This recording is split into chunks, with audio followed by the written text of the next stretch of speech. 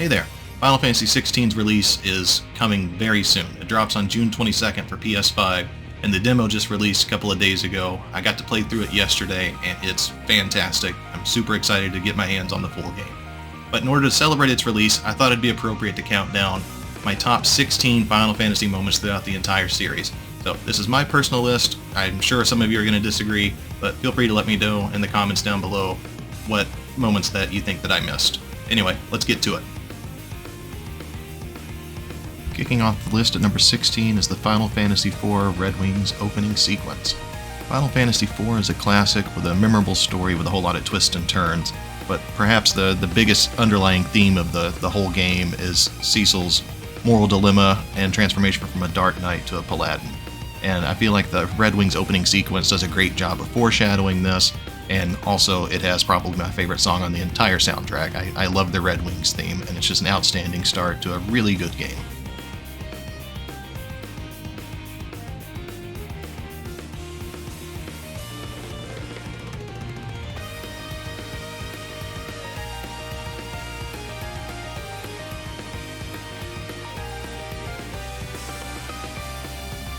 At number 15 on the list, we have the Phantom Forest from Final Fantasy VI. I always love this dungeon because it pulls together three of my favorite characters with Sabin, Shadow, and Cyan. And in particular Cyan, like he's a character that rarely left my party when I could choose him the first time I played through Final Fantasy VI. And this dungeon gives a lot of his development and backstory that's really important to his growth as a character. And that's not even to mention that this dungeon gives us probably the most meme-worthy moment in Final Fantasy, where Sabin suplexes a freaking train. I mean, come on.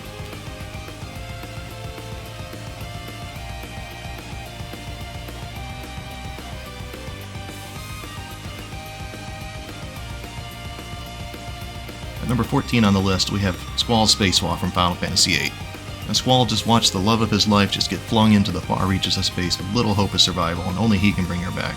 But first, let's play some cards. In all seriousness, this is actually a really good moment for Squall, because it shows how far he's come from the beginning of the game, where, let's face it, he kind of sucked, and he was a terrible character, but he grows a lot throughout the course of the game. Now, Final Fantasy VIII is kind of the black sheep of the PS1 era Final Fantasies, and definitely has some pretty bizarre plot twists, but I think it still stands out as a really good game in its own right.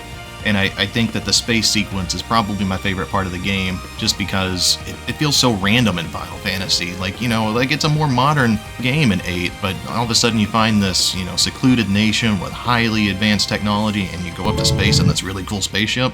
It's just a really fantastic moment, and it definitely is the most memorable part from Final Fantasy VIII for me. Next up on the list is the final campsite from Final Fantasy XV. Now, Final Fantasy XV was a flawed game, but still one that I really enjoyed my time with.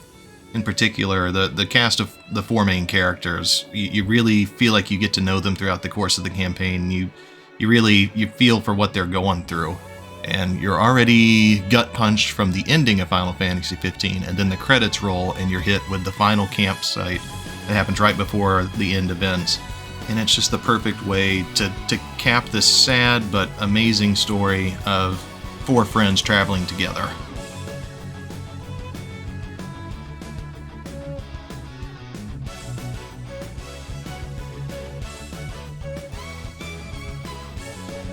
At number 12 on the list, we say goodbye to Galuf in Final Fantasy V. Now, Final Fantasy V we didn't originally get in the Americas until it released as part of the Final Fantasy Anthology, bundled together with Final Fantasy VI for PS1. So it gets overshadowed quite a bit by some of the other games in the series, but it's still the best use of the job system in the entire series, and this is kind of the pivotal moment where the main villain X-Death is confronting the main party, and Galuf sacrifices himself so they can get away. Luckily, it wasn't really permanent, since Kryl joins the party with all of Galuf's abilities up to that point, unlike some deaths in the series, but we might get to that later on in the list.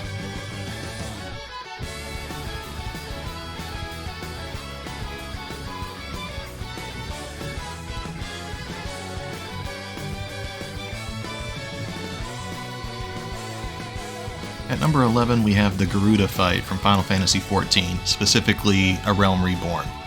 My brother and I moved to different cities at about the same time, and Final Fantasy XIV is something that kind of kept us connected while we were several hours apart, so it's always going to have a special place in my heart.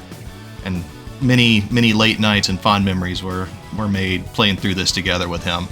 But my favorite primal fight, at least in A Realm Reborn, is easily the Garuda fight. The music is fantastic, the intro is just epic, and then the fight itself was one that we really struggled to clear until we finally did, so it just sticks out compared to the others.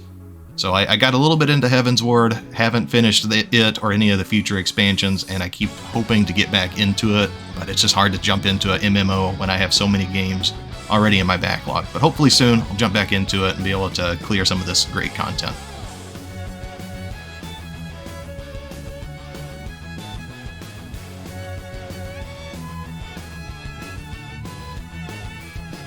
Coming in at number 10 is Final Fantasy IX and When Odin Annihilates the Nation of Clara. Now, it's no secret that Final Fantasy IX is my favorite in the series and probably my favorite game of all time, so I could probably do a whole list of 16 of my favorite Final Fantasy IX moments. But this one stands out specifically because it's kind of the first, oh crap moment where, you realize the power of the Eidolons and how crazy that Queen Braun is, where she just wipes out an entire nation with one single move. And it's just, the FMV is amazing. It does a great job of just displaying the power of Odin and really sets the table for what's to come in the rest of the story. So we'll be seeing more from Final Fantasy IX later on.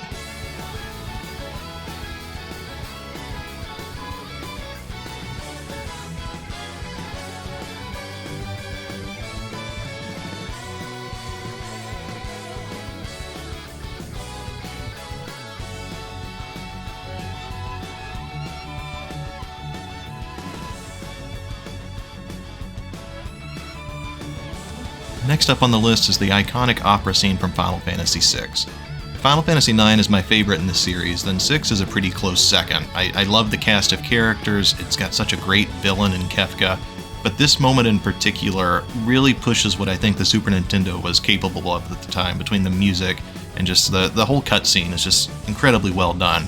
And Square Enix knows how important it was, because when they released the Pixel Remaster, they did this specific scene in the HD 2D style, which leads me to hope, and I'm sure several others, that maybe this game eventually does get a full-blown HD 2D remake. But it's just such a wonderful moment, and also Ultros shows up, and he's such a great bad guy.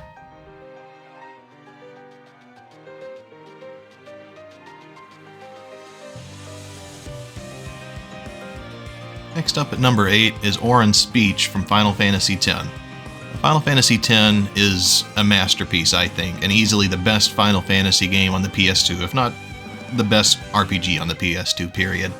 But it's really difficult to narrow down which selections I wanted to pick from this game, but one that always stands out to me is his speech right before the big fight with Yuna. Not only is she just such a difficult boss and memorable for that reason, but, old man Auron, who's been this mentor to all the characters the entire time, is the one that gets them all fired up for this huge fight. And it just fits so well into the narrative, and just it really fits this boss battle well, and I love coming up to this part every time I play through 10.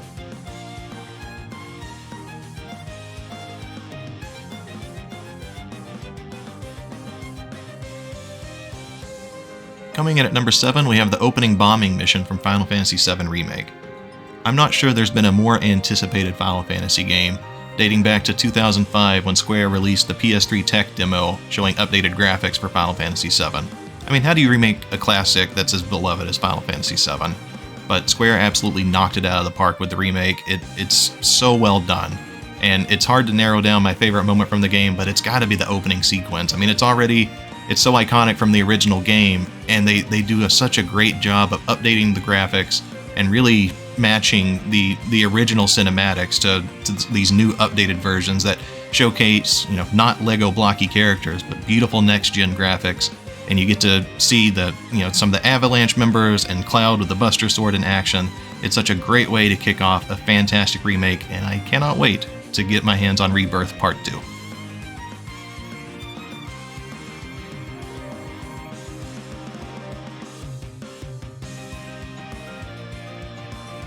Coming in at number 6, we have Final Fantasy Tactics, and the part where Wiegraf teaches me a valuable gaming lesson. Anyone who's played Final Fantasy Tactics knows that it does have some insane difficulty spikes, and the Wiegraf fight is notorious.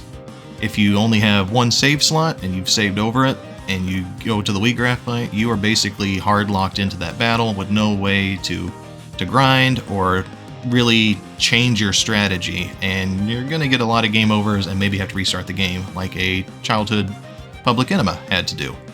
But with that being said, I restarted the game, I played through it, I learned my lesson, I still loved every minute of it.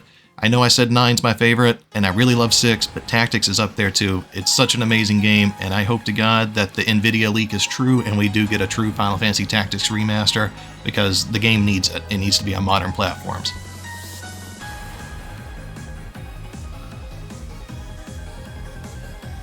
We're in the top 5 now, with another tearjerker, with Zack's last stand from Crisis Core Final Fantasy VII. So I've yet to get around to Crisis Core Final Fantasy VII Reunion, but I did play the original PSP game, and you know, how do you make an impactful scene where everyone knows it's coming? It's the whole point of the game. You start the game knowing that Zack is going to die, based on the events of the original Final Fantasy VII. And you know, it's a great game in its own right, and it's leading up to this moment, and it still manages to deliver such an emotional punch between the music and just seeing Zack's final moments. They're trying to protect Cloud. It's always stuck with me as one of the best Final Fantasy moments, even if it's not necessarily in a mainline Final Fantasy game, and absolutely deserving to be this high on the list. Zack is just such a likable character, and I'm really looking forward to jumping into Reunion soon and getting to play the remastered version of it.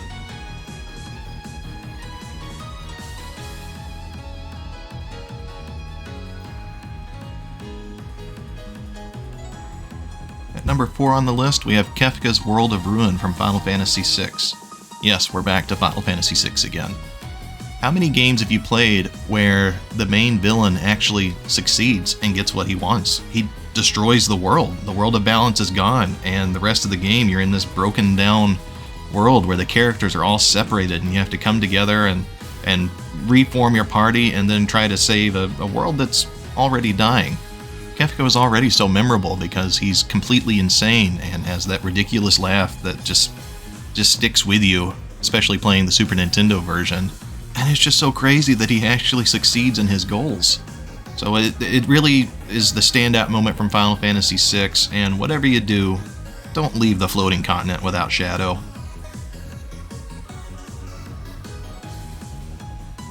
Coming in at number 3, we have Yuna's Sending from Final Fantasy X. I love this scene not only because it's just an absolutely beautiful FMV and really showcases what the PS2 is capable of, but it really highlights what's at stake in this world of Spira. We've just watched Sin, this giant creature, basically destroy this town, and Yuna is effectively performing a mass funeral rite.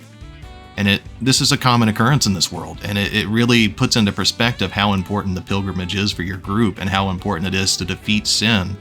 And it showcases the burden that's put on Yuna's shoulders as a summoner, and just like how much the people need the group to defeat Sin so they can live a somewhat peaceful life.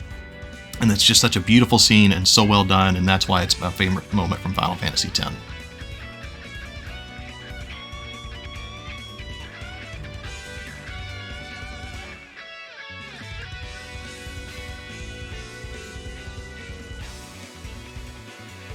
Coming in at number 2 is Final Fantasy VII and the Death of Aerith. Come on, you knew it was coming eventually. I mean, it's the most iconic moment from probably the most iconic game in the franchise. But I remember playing through it and not knowing, it had not been spoiled for me. And when Sephiroth comes down and just stabs Aerith through the chest, I'm like, okay, there's no way this is permanent. They're going to find a way to bring her back. Or, maybe like in Final Fantasy V, her abilities are going to transfer to a new character. But no, she's just gone. And just imagine sinking all that time in Disc 1 into building her up to a strong powerhouse, and she's just gone. And I'm really looking forward to seeing how Final Fantasy VII Remake handles this situation, because they've really built up her character even more in the remake and made her even more lovable, and it's going to be even more gut-wrenching when it happens again.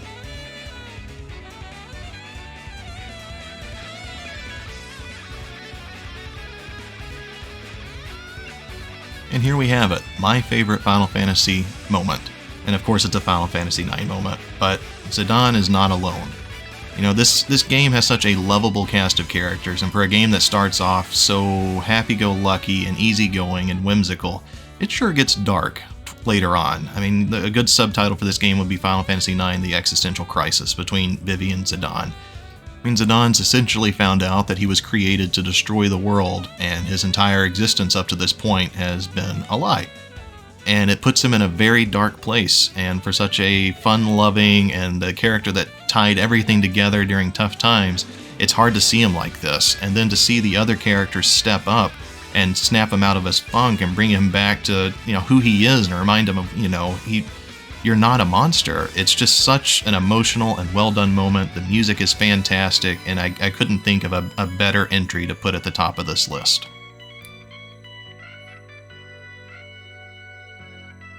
So there we have it, my favorite 16 moments throughout the entire series. Yeah, it's a little heavy on Final Fantasy IX and Final Fantasy VI, but those are my two favorites, period. So let me know what moments I missed, what are your favorite moments, and feel free to drop them in the comments down below. Thanks for watching.